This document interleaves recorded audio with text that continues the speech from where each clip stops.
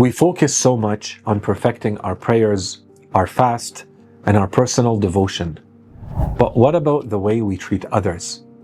What if we reminded ourselves that kindness, generosity, compassion are just as essential for our spiritual journey as worship itself?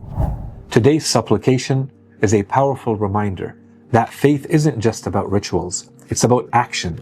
It's about serving, uplifting, being a source of mercy to those around us.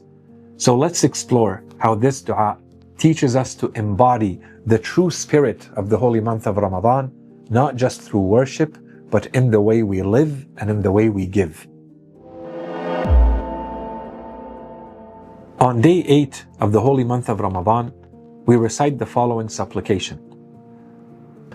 اللهم ارزقني فيه رحمة الأيتام وإطعام الطعام وإفشاء السلام وصحبة الكرام بطولك يا ملجأ الآملين. O God, grant me in it the blessings of mercy towards the orphans, and of feeding food, and of the spreading of peace, and of the companionship of the noble ones, through your means, O refuge of those who are hopeful. Fasting teaches us self-control, and worship strengthens our faith. But true spiritual growth goes beyond personal devotion. This supplication reminds us that spirituality isn't just about our relationship with Allah subhanahu wa ta'ala. It's also about how we interact with the world around us. Are we uplifting others? Are we a source of mercy? Are we giving as much as we are taking? The holy month of Ramadan is a time for introspection, but it's also a time for action, a time to become active agents of goodness in the world. Just as we seek Allah subhanahu wa ta'ala's mercy, we must extend that same mercy to others. Just as we rely on His help, we must be there for those in need. And what better time than now, when our hearts are softened, our minds are focused, and our souls are yearning for His closeness, to refine our character, spread kindness, and uplift our communities. This supplication is a reminder and a call to action, to not only grow spiritually within ourselves, but to let that growth radiate outward through kindness, generosity, and a commitment to bettering the world around us. One of the most profound messages in this supplication is the call to show mercy towards orphans. The loss of a parent is one of life's greatest hardships, leaving a child vulnerable, not just financially, but emotionally and spiritually. And this is where we are given an opportunity, not just to help, but to earn Allah subhanahu wa ta'ala's mercy in return. The Messenger of God, peace and blessings upon him and his family, emphasized the importance of tenderness, respect, and compassion for orphans, saying, "The best of your homes is one where there is an orphan who is treated with kindness, generosity, and compassion." He also said, "The one who cares for the orphan is going to be with me in paradise."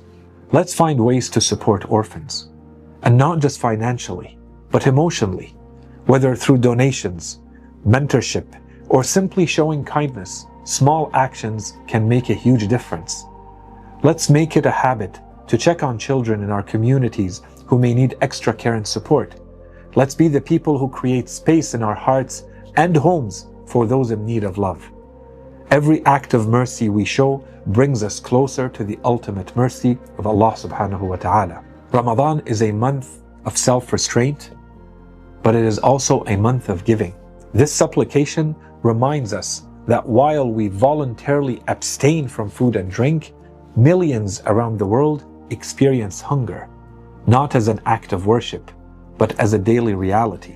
The Holy Prophet, peace and blessings be upon him and his family, placed immense emphasis on feeding others, saying, "Whoever breaks the fast of a fasting believer during this month will receive the reward of freeing a slave and a forgiveness for all of their past sins." When the Holy Prophet said this, some people asked, "But O Messenger of God, what if we don't have the means to feed others?" And the Holy Prophet responded, "Remember God, even if it is with a slice of date. Remember God, even if it is with a drink of water.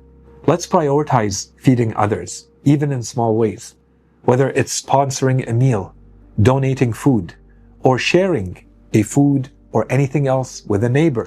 The reward is immense. Let's remember that generosity isn't measured by quantity, it's measured by sincerity. Let's find solutions instead of excuses.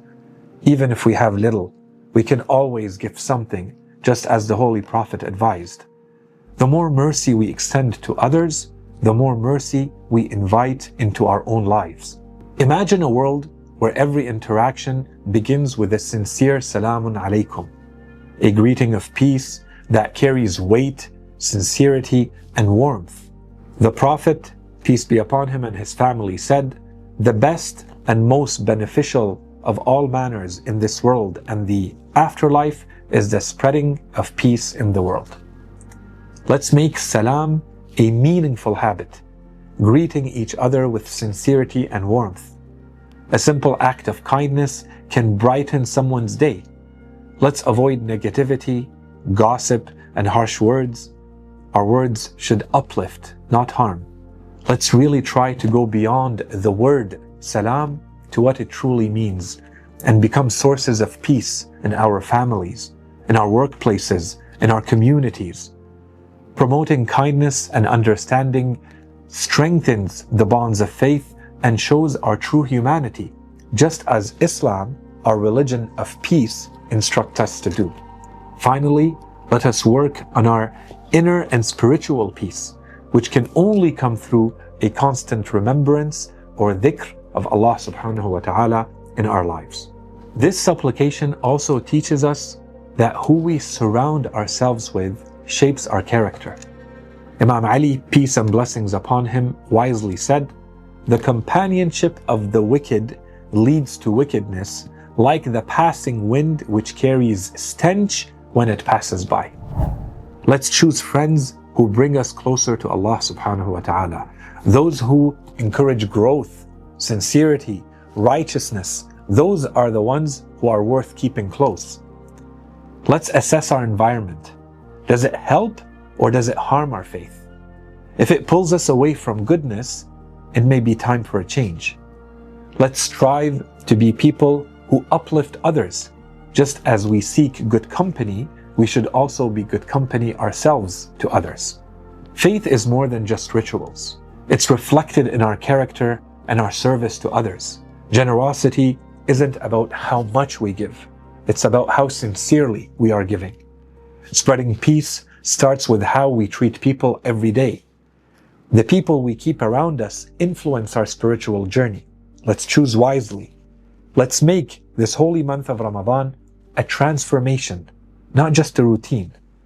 May we give, uplift, and inspire long after this month is over.